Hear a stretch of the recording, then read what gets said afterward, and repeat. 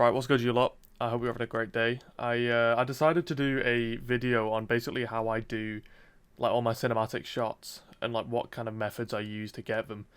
Because a lot of people have asked me, especially recently, when I've started using the like somewhat like basically invisible camera paths to kind of just send a flying camera exactly where I want it. A lot of people have basically asked me, how do you do that? Because you can't do it in default Planco. And even then, if you've got the mod, it's kind of not really a hidden method, but you kind of have to think outside the box and like utilize one specific thing that the mod did with one specific track style on one specific coaster. So on the whole, there are 6 different methods that I'm going to talk about. There are obviously other methods outside of those 6, but these are the 6 main methods that I think realistically should be using for not all of your videos, but like are the most crucial kind of methods that you should be using. So the first method is using a Tejacam. So unlike I've done here, I would realistically place your path like way over, like out of the way of like what you're trying to like focus on with the cinematic shot. So if you don't know how to actually like get a Tejacam, so you can go into like person level kind of view, you basically just get any like peep or like staff member and change their name to Tejacam like I have up here, and then just click on it and press enter. Then you'll go into like a person level view, and if you press T, then it'll get rid of your cursor and you can move the camera around by just moving your mouse instead of having to press like middle mouse or left and right click. So on the whole, for basically every cinematic shot that you do, I would get rid of your HUD by pressing control, right shift and G. Then, like I said, press T to get rid of your cursor on Tejacam. Then, like a good rule of thumb is basically just like zoom in either all the way or like zoom in partially, because you don't really want to be zoomed out all the way, because then your shot kind of looks warped and it's much harder to get basically everything in shot, because you have to be stood right up close to it. Whereas you could be stood like quite far away, zoom in all the way, and then you'll perfectly have like everything in shot, but it won't be super up close and like look kind of warped. But on the whole with Tejacam, it's fairly simple. There's only really 8 kind of movements that you can do. You can either go like forward, left, backwards, or right, or kind of do a combination of the two. So I can go forwards and right, or backwards and right, for example. But with those inputs, you can press shift to basically like slow walk. So if you're going to do a left panning shot, just press shift and A, and then you can get a really slow kind of less impactful shot, but still important for basically any video that you do.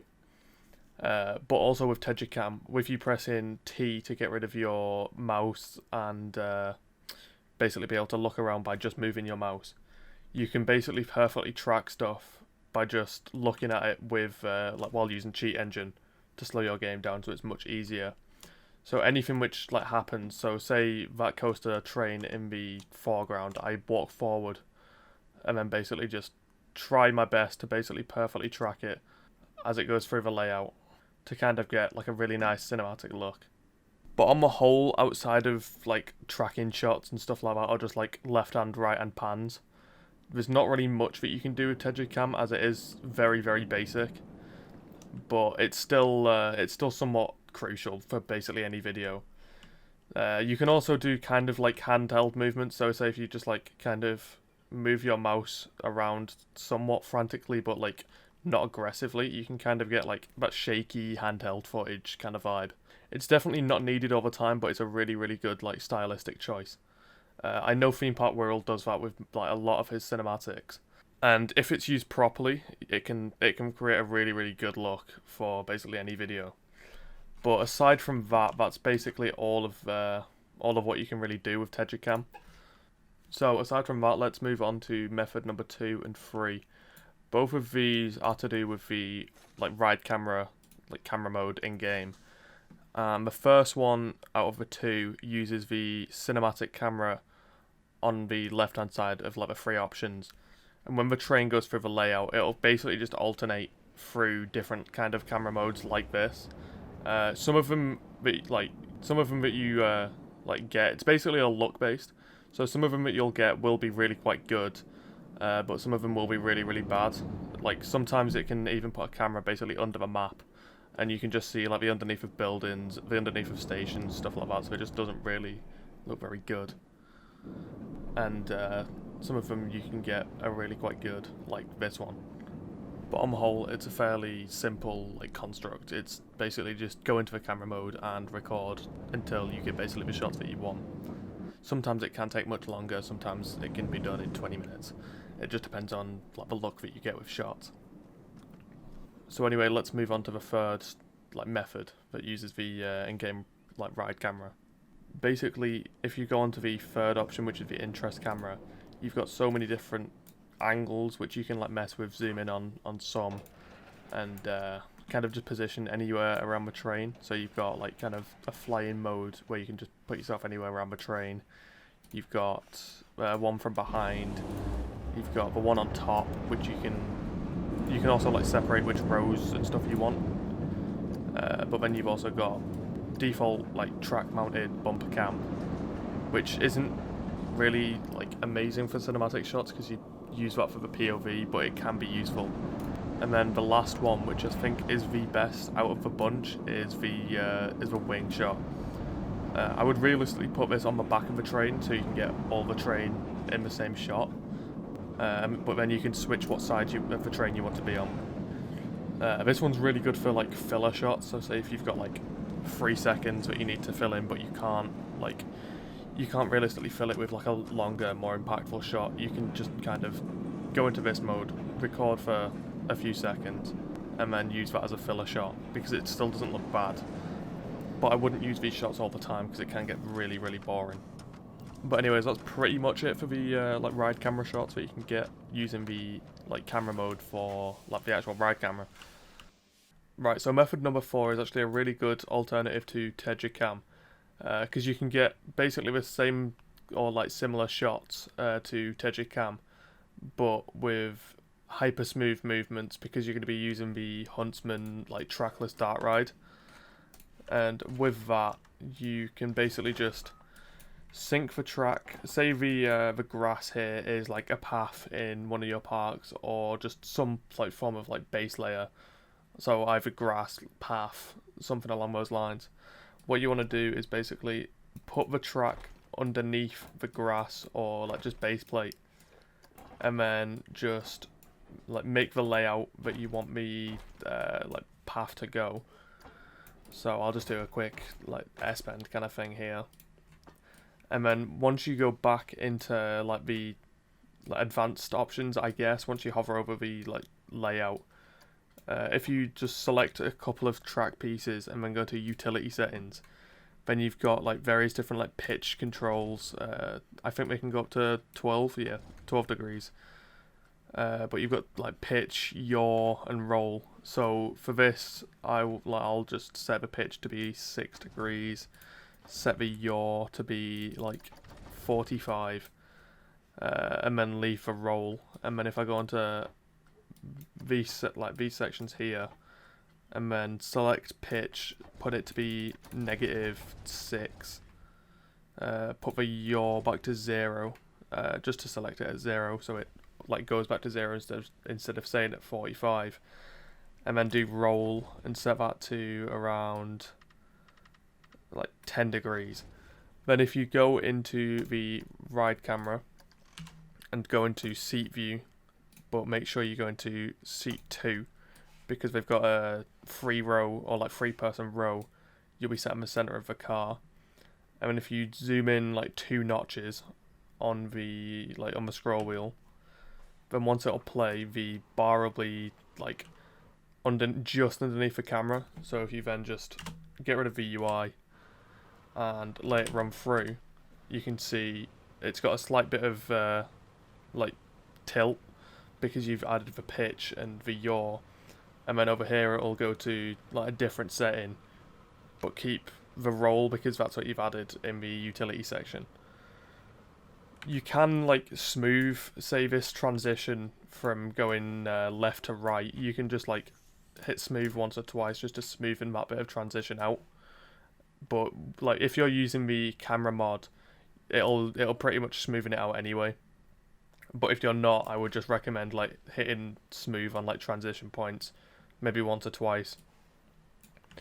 But overall, that's pretty much a basic rundown of what you can do with the Huntsman like dart ride.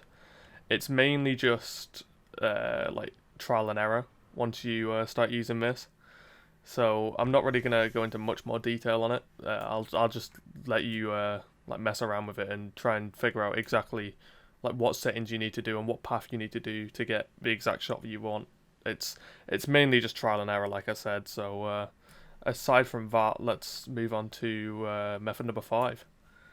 So method number 5 again is in the track ride section, and it's the remotion motion arm.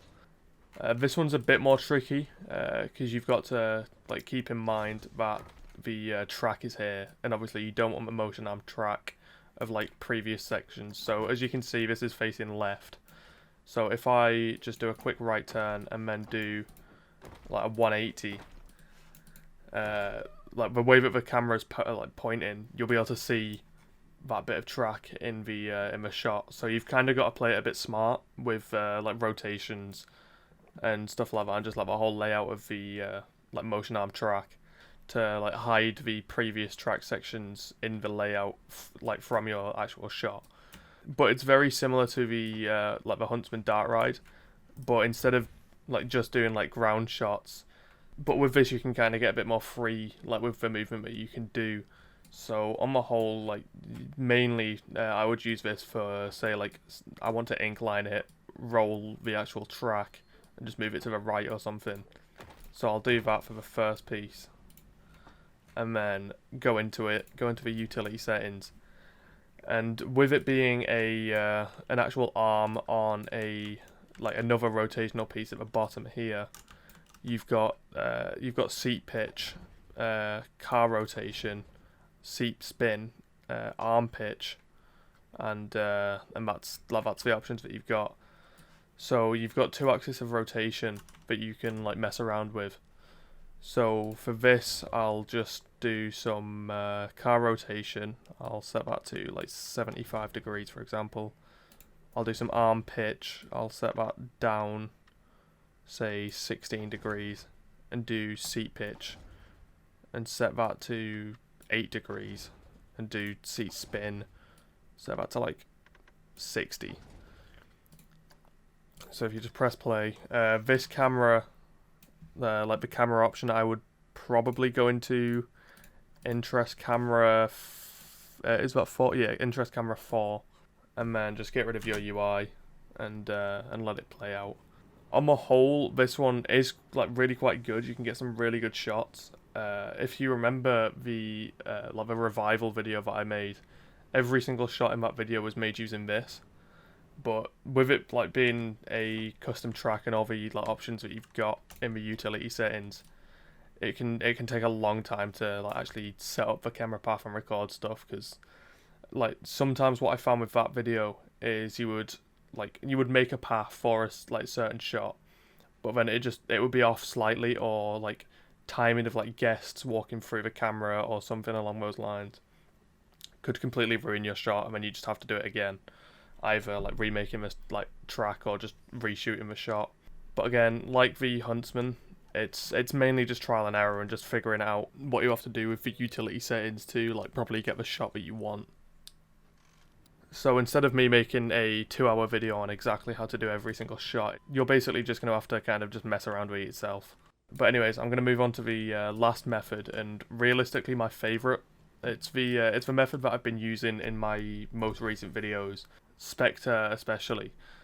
So a little tangent, I've kind of been trying to think of like ways that you can get invisible camera paths, like the plugins that are in No Limits 2. I've been wanting to get like an equivalent of that into Planko, just to like get more dynamic shots and stuff. So one night, me and Theme Park Whirl were like in a VC, and we were just going through like various different like coasters and like what they had with the mod, like all the new features that they had with the mod, and we found that the vector track, the Mac Hyper, is the only like track type or like coaster style that has an invisible like track style that you can do yaw, pitch, and roll. Where like normally the LSM pieces, this one isn't invisible, but it's got the same properties as the invisible ones on the other coasters. You can only do length and pitch, whereas the shuttle launch booster you can do yaw, pitch, and roll. So what I decided to do was basically make a camera path using 4 meter pieces and basically just building it as you would like a normal coaster, trying to like make it as smooth as possible. So I'll just do a quick little S-bend here. So on the whole, you've basically just got to make a path that would like follow the actual path that you want your camera to go. You can have as much roll rate, as much like movement in terms of radius of turns and stuff like that. You can have as much of that as you want. But realistically, the tighter your like roll rate or the tighter your radius on like turns and stuff, the smoother you're gonna want to have it. So I decided instead of doing 4 meter, like keeping it final at 4 meter, I'll build it in 4 meter and then basically just go into it like you would as a normal coaster and 2 meter it. So after a normal passive smoothing, you just go into it and 2 meter it again. I'm not going to do that in this video, just to keep it relatively short. So basically after you've made the path, you then want to just select all the pieces that you want and then change it from standard track to this shuttle launch booster.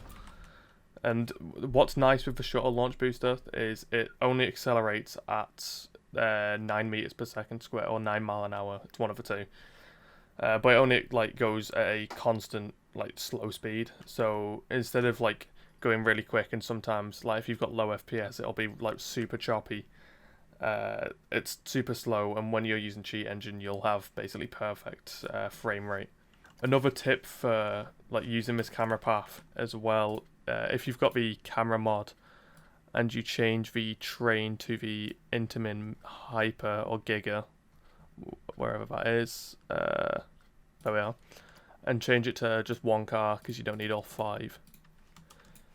This coaster train or coaster car I found has the smoothest camera, similar to what the Asus Sky was back before the camera mod. Like this one doesn't really snap around like the GCI ones do, or like the B&M invert trains or something like that. It's just overall I found that it's the smoothest in terms of like raw camera. So I would just go into track mounted or bumper mounted and basically just record going through this camera path, and then yeah, that's basically your shot. This one's probably my favourite to use because it's just the most customizable in terms of like proper camera pathing, and it's invisible, which is nice. So you'll never actually have a path. You never like have a risk of the path being in shot like with the robo arm. So yeah, I mean, it's very basic in terms of like you just build the path and make it invisible. So there's not really much like faffing around in terms of like changing settings with like utility settings and stuff like that. So it's actually fairly easy to do, and it's fairly hard to mess up because like with it being a visual thing, with the regular track you can actually see where the track's going to go. It's really hard to mess up your shot. So it's actually fairly quick to do as well, unless you like go back and 2 meter your camera path just to make it like perfectly smooth. But even then, it's still probably quicker than the robo arm. So yeah, if you are gonna have like majority shots be one kind of method, I would honestly choose this because it is probably the most dynamic, and it's probably the like least boring because you can do so many different things with it. You can like send cameras through signs, or like through small gaps in the supports or something like that, or you could even realistically track a train. It'll be weird in terms of you're going 9 mile an hour and the train will be going like say 50, but you've still got that possibility of doing it. So yeah, that's basically all the methods that I use to like do my cinematics for my videos. If you want any more videos like this where I'll like talk about different like methods on how to do things in Planco, basically just tutorials, just leave them in the comments, leave me ideas, also give me ideas for like any challenges that you want to see, because I do really want to bring back and like another challenge video, because I've not done one like in a while. So yeah, if you have got any ideas of like challenges that you want to see me do, just leave them in the comments.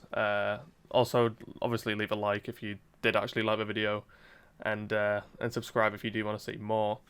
So aside from that, I will see you in a bit.